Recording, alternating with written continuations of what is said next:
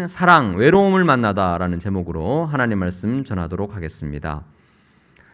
2018년 세계 최초로 영국 정부에서 엄청난 예산을 투입해서 한 부서를 신설합니다. 그리고 담당 장관을 세웁니다.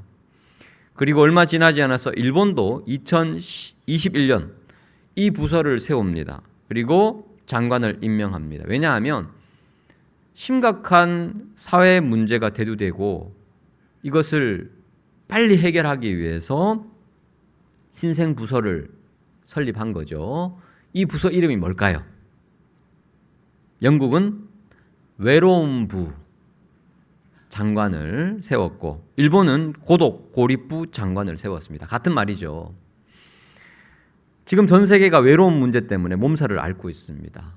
시대의 역설입니다. 인터넷이 발달되고 스마트폰으로 모두가 연결된 듯 보이지만 단절이 된 거예요. 외로움을 느끼고 있다는 것입니다.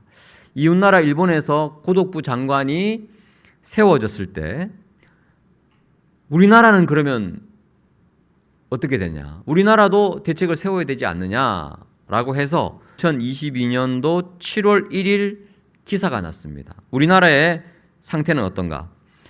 도표를 좀 보여주시면 한국 성인의 88%가 사회 전반으로 외로움을 느끼는 사람이 많다라고 답했습니다. 그리고 당신은 어떻습니까? 물었더니 60%가 실제로 내가 평소 일상 속에서 외로움을 느끼는 편이다라고 대답을 합니다. 그리고 한 가지 더 질문을 추가했습니다. 그렇다면 어느 연령대가 특히 외롭다고 생각합니까? 하니까 이구동성으로 모두 내가 속한 연령대가 제일 외롭습니다라고 말했대요. 참 역설적인 시대를 살아가고 있죠. 모두가 서로가 연결된 초연결 시대를 살고 있지만 더욱더 외로움과 고립을 느끼는 시대가 되었습니다. 개인 차원을 넘어서 사회 문제로 대두되고 있는 이 외로움의 현상, 이것을 해결하기 위해서는 사실은 근본으로 들어가야 됩니다. 그리고 우리에게는 성경이 이 외로움에 대해서 뭐라고 얘기하는지가 중요하겠죠.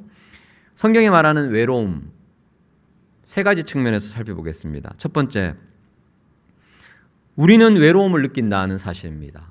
성경은 우리가 외로움을 느끼는 존재다라고 분명히 이야기하고 있습니다. 자, 창세기 1장으로 한번 가볼까요? 자, 요한복음 15장을 그대로 접어두시고 나중에 살펴보겠습니다. 창세기 1장을 먼저 보실 텐데 창세기 1장 1절을 보시면 태초에 하나님이 천지를 창조하신다는 장면 시작되죠. 자, 천지 창조 과정 가운데 가장 많이 반복적으로 나오는 문장이 있습니다. 1장 4절을 보시면 빛을 창조하신 다음에 하나님 보시기에 어땠다고 되어 있죠? 좋았더라. 토브입니다. 토브. 하나님 보실 때 굿, 아주 좋다, 만족한다라는 뜻이에요. 그 다음에 1장 10절을 보십시오. 10절 보시기에 여기도 좋았더라. 계속 따라와 보세요. 12절 좋았더라. 18절 좋았더라. 21절 좋았더라.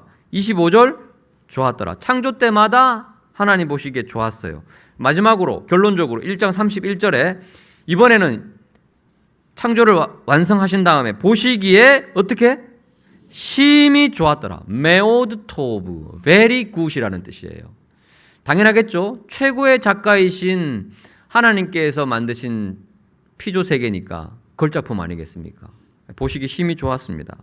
1장이 전체적인 창조 이야기라면 2장은 이 창조 이야기 중에 핵심, 여섯째 날 지었던 작품 중의 작품, 걸작품, 인간 창조에 대해서 자세히 설명을 합니다. 하나님이 아담을 만드셨는데 창세기 2장 18절을 보시면 여호와 하나님이 이르시되 사람이 혼자 사는 것이 좋지 아니하니. 자, 여러분 여기서 좋지 아니하니 로 토브, 토브 상태가 아니라는 거예요. not good이라고 말씀하십니다. 신기하지 않습니까? 1장 맨 끝에 창조를 다 마무리하시고 보시기 심히 좋았더라 하셨는데, 그 직전에 여섯째 날 인간을 창조하실 때 아담 혼자 있으니까 상태가 어떻습니까? 좋습니까? 안 좋습니까? 좋지 않아요. 질문. 하나님이 아담을 만드실 때 완벽한 상태였습니까? 불완전한 상태였습니까? 하나님이 최고의 작가시잖아요. 하나님이 흙으로 아담을 지으셨을 때 완벽한 상태입니까? 뭔가 좀 부족하고 또 공사가 조금 더 필요한 상태입니까? 완벽한 상태예요. 왜냐하면 아직 창세기 3장 인간의 죄로 인한 타락이 일어나기 전이에요. 그러니까 하나님이 아담을 완벽하게 지으셨는데 왜 보시기 좋지 않습니까? 이게 바로 아담이 느끼는 외로움이라는 거예요. 아담은 완벽한 상태였지만 외로움을 느끼는 상태였다는 것입니다. 그래서 그 외로움을 채워주시기 위해서 돕는 배필 하와를 지어주셨다는 것입니다. 그랬더니 1장 31절이 나오는 거예요. 보시기 심히 좋았더라가 되는 겁니다. 외로움은 인간의 본성입니다. 완벽하기 때문에 외로운 거예요. 우리는 착각합니다. 인간이 불완전하니까 외로운 거야. 아니요. 인간은 완전할 때도 외로웠어요. 그러니까 우리는 외로움을 느끼는 것이 당연한 현상이라는 사실을 기억해야 됩니다. 인간은 태초부터 관계적 존재로 창조되었기에 외로움을 처음부터 느꼈습니다. 그리고 그 외로움을 채워주시기 위해서 하나님이 또 다른 하나님의 형상으로 지음받은 하와를 붙여주신 거죠. 창세기 1장 26절을 보시면 인간 창조 기사가 나오죠. 하나님이 이르시되 무엇을 따라? 우리의 형상을 따라 우리의 모양대로 우리가 사람을 만들자고 하셨어요. 여기서 우리, 성부, 성자, 성령 하나님을 의미합니다. 삼위일체 하나님이 천지를 창조하셨는데 분명한 것은 무엇이냐? 천지 창조 이전에 성부, 성자, 성령, 삼위 하나님께서 이미 사랑의 완벽하고 영원한 공동체를 이루고 계셨다는 거예요. 서로를 너무 잘 아시고 서로를 너무 사랑하시고 서로를 너무 기뻐하시는 성부, 성자, 성령께서 사람을 창조하실 때 어떻게 해요? 우리의 형상을 따라 우리의 모양대로 만들으셨다고 말씀하세요. 그러니까 사람은 그 완벽한 삼위일체 하나님의 사랑의 공동체로 초대가 된 거예요. 자, 정리하자면 아담은 외로웠습니다. 왜냐하면 아담은 완벽하게 창조되었기 때문에. 아담은 외로웠습니다. 왜냐하면 하나님의 형상으로 창조되었기 때문에. 그래서 그 하나님의 거룩한 공동체에 함께 할 때 그 외로움이 해소가 되는 거예요. 하나님을 사랑하고 하나님께 사랑받을 때, 그리고 하나님이 지으신 또 다른 하나님의 형상인 누군가와 대화하고 누군가를 사랑하고 지지하고 안고 기뻐하고 소통할 때 외로움이 해소된다는 것입니다. 그래서 인간은 수직적으로 하나님의 사랑과 연결이 되고 수평적으로 사람과 사랑으로 연결될 때 참된 안식과 만족을 누리게 됩니다. 자, 두 번째 우리가 기억해야 할 사실은요, 우리는 외로움을 채우려 한다는 겁니다. 우리는 외로움을 채우는 존재입니다. 창세기 2장에서 완벽한 외로움이 다 채워졌죠. 수직적으로 하나님과 수평적으로 아담과 하와가 하나님의 형상으로 지음받은 두 사람이 완벽한 평안을, 샬롬을 경험한 상태였습니다. 그런데 3장에서 인간이 죄를 범합니다. 하나님께 불순종해요. 선악과를 따먹죠. 그때 이후로 수직적 관계가 단절이 됩니다. 하나님과 관계가 끊어져요. 그리고 자연스럽게 하나님과의 관계가 끊어지니까 인간과의 관계도 단절이 됩니다. 외로운 존재가 되는 거예요. 창세기 3장 8절을 보시면, 자, 인간이 타락한 다음에 나타나는 첫 번째 현상이 뭡니까? 여호와 하나님의 낯을 피하여 동산 나무 사이에 숨어버려요. 그토록 하나님과 친밀한 교제를 샬롬을 누리던 인간이 이제는 하나님을 도망하여 숨어버립니다. 수직적 그 샬롬이 깨어진 거예요. 그래서 영적인 외로움을 느끼기 시작합니다. 자, 그 다음에요. 하나님이 왜 선악과를 먹었냐라고 물으시니까 창세기 3장 12절에 아담이 대답합니다. 하나님이 주셔서 나와 함께 하신 여자, 그 여자 때문에 내가 먹었습니다 라고 지금 누구 탓하죠? 네. 이 여인 처음에 창조되었을 때는 내 뼈 중에 뼈요 살 중에 살이다라고 그토록 사랑했던 그 여인 탓하는 거예요.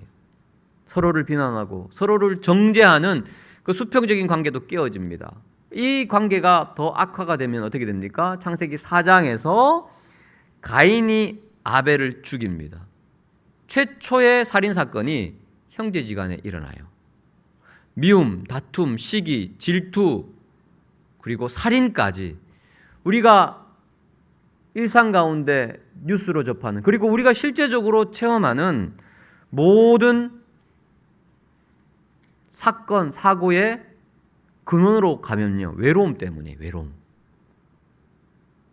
원래 그 외로움을 하나님이 에덴 동산에서 완벽하게 해소해 주셨지만 에덴 동편으로 쫓겨가면서 하나님과 단절되고 영적인 외로움을 느끼게 되고 사람과 사람 사이에 단절이 일어나서 인간관계의 심리적 외로움을 느끼게 된다는 겁니다. 그러면 어떻게 됩니까?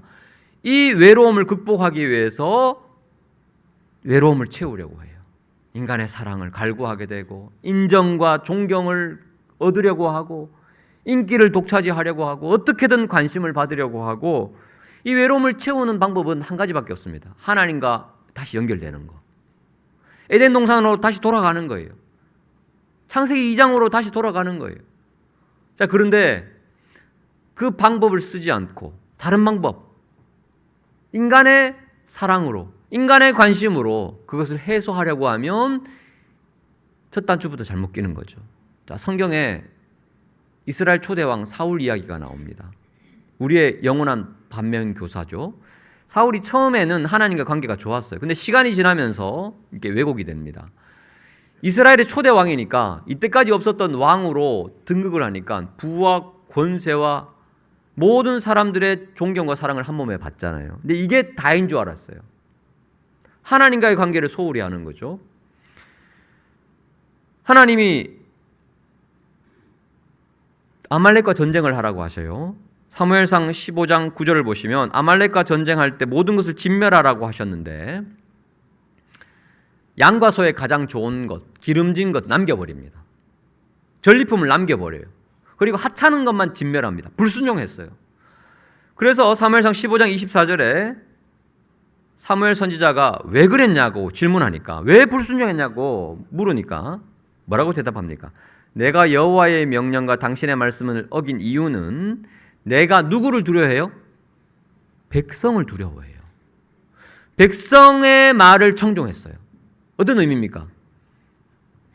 백성들은 뭘 원해요? 전리품을 원합니다. 목숨 걸고 싸웠으니까 고대 전쟁의 관례대로 많은 전리품을 백성에게 안겨주면 이 왕은 스타가 되는 거예요. 사랑과 존경을 한 몸에 받습니다. 그런데 모든 것을 진멸하라. 아무리 하나님 명령이지만 다 진멸하면 전리품이 생기지 않잖아요. 그러니까 백성들로부터 비난받을까 봐, 사랑과 존경을 잃어버릴까 봐 백성을 두려워하는 거예요. 그래서 백성들 말을 듣는 거죠. 그래서 하나님과의 관계가 더 멀어지게 됩니다. 사울은 착각했어요. 두려웠던 거죠. 외로웠던 거죠. 그래서 그 외로움을 백성들의 사랑과 존경으로 채우려 했으나 실패합니다. 해결 방법이 잘못됐습니다. 하나님으로 그 외로움을 해결해야 되는데.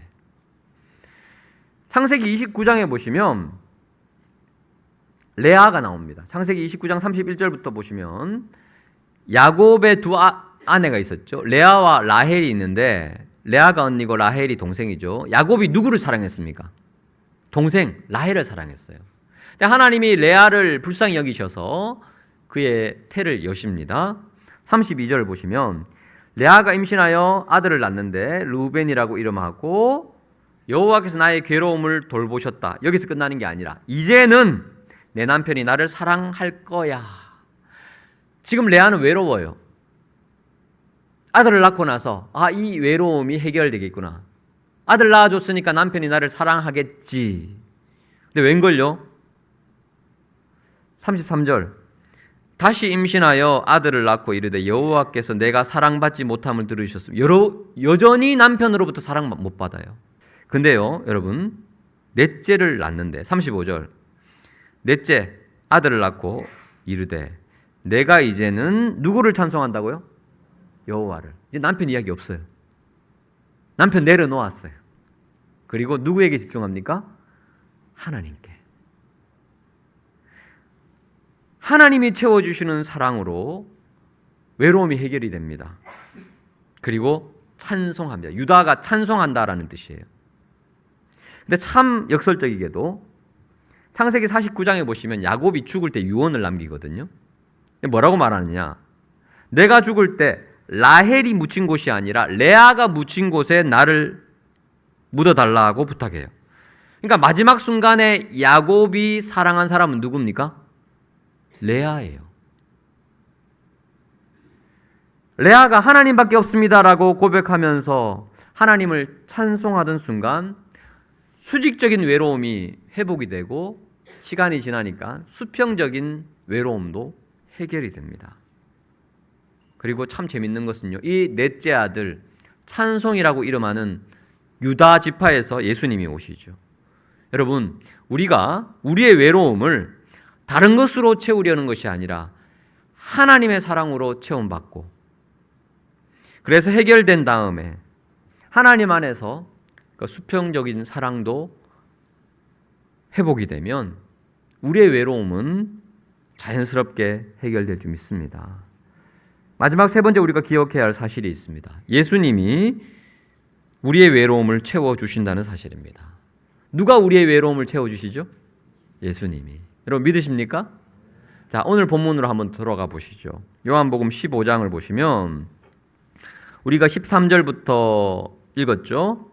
가장 많이 나오는 단어 한번 체크해 보십시오. 13절에 친구, 14절에 친구, 15절에 친구. 예수님이 친구라는 단어를 계속 반복해서 사용하십니다. 특별히 15절 같이 한번 읽어보겠습니다. 15절입니다. 시작. 이제부터는 너희를 종이라 하지 아니하리니 종은 주인이 하는 것을 알지 못함이라. 너희를 친구라 하였노니 내가 내 아버지께 들은 것을 다 너희에게 알게 하였습니다. 아멘. 이제부터는 너희가 종이 아니다. 너희는 친구다. 나는 너희를 친구로 부른다. 엄청난 선언입니다. 여러분, 우리 예수님께서 이 땅에 왜 오셨죠? 하나님이신 예수님께서 이 땅에 오신 이유는 수직적인 외로움을 해소하기 위해서 하나님과 단절되었던 샬롬을 해결하기 위해서 내가 곧 길이요 진리요 생명이라 그랬잖아요. 나로 말미암지 않고는 하나님께로 올 자가 없다. 하나님과 그 에덴 동산 이후로 단절되었던 그 생명의 길 다시 있게 하기 위해서 예수님이 이 땅에 오신 줄 믿습니다. 이 수직적 샬롬뿐만 아니라 예수님이요 수평적인 외로움도 내가 해결해 주겠다라고 말씀하세요. 그래서 나는 너의 친구라고 말씀하십니다. 인간의 몸을 입고 오셨잖아요.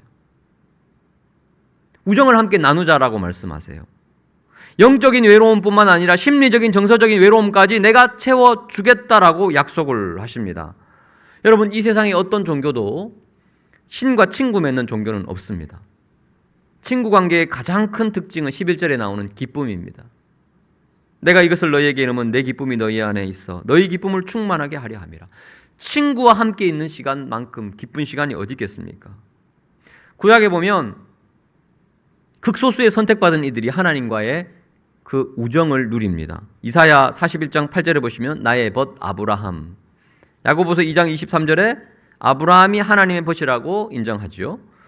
출애굽기 33장 11절에 보시면 친구와 대화하듯 하나님과 모세가 대화합니다. 이런 모세, 아브라함 정도 되어야지 친구로 인정받아요. 극소수의 사람. 그런데 이 귀한 특권을 예수 믿는 사람은 다 누릴 수 있어요. 예수님의 제자가 되는 모든 사람들의 친구. 그게 바로 15절의 약속이라는 거예요.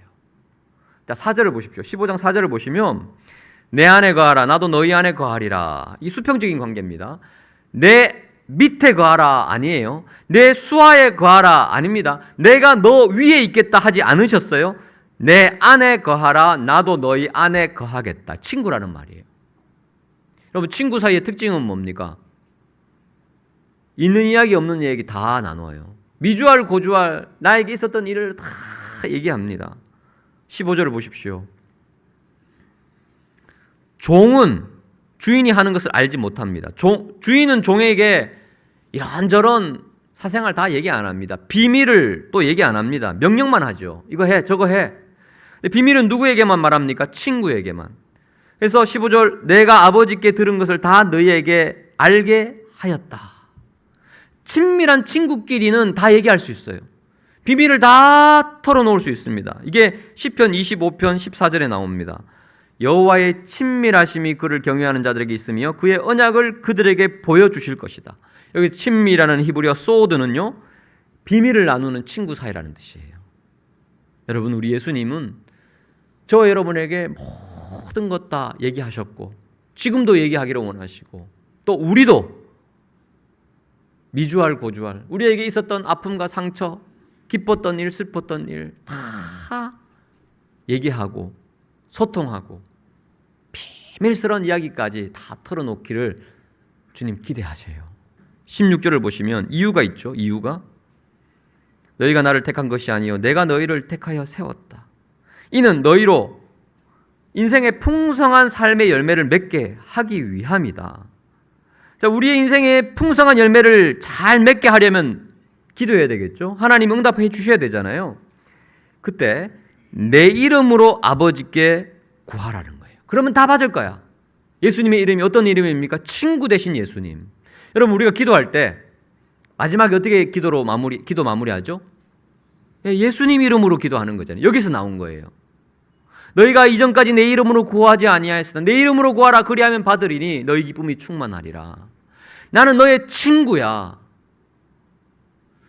주인과 종의 관계도 있죠. 성경에 분명히 그것도 있지만 그 이상의 관계, 친구와 친구의 우정의 대화, 기도할 때 다 고백하, 다 털어내. 가족에게도 세상 친구에게도 다 이야기하지 못한 너만의 고민 있잖아. 말 못할 사연 있잖아. 차마 터놓고 얘기 못해서 눈물만 흘릴 수밖에 없는 그 사정 나에게 다 토로해봐. 하나님께 다 이야기하고 마지막에 어떻게 마무리하라고요? 내 친구 대신 예수님 이름으로 기도합니다. 그리고 믿습니다가 아멘이잖아요. 그렇게 기도가 마무리가 되는 거예요. 우리의 깊은 고독과 외로움을 끝낼 수 있는 분은 오직 예수님밖에 없습니다. 오늘도 이 말씀을 통해서 저와 여러분에게 손 내미십니다. 사랑하는 아들아, 사랑하는 딸아, 나는 너의 좋은 친구야. 내 손 잡고 험한 인생길이지만 내가 너의 인생의 배에, 인생의 차에 함께 타고 함께 항해하고 함께 운행할 테니 함께 가자고 말씀하십니다. 그 거룩한 초대에 아멘으로 응답하시는 저와 여러분 되시길 축복합니다.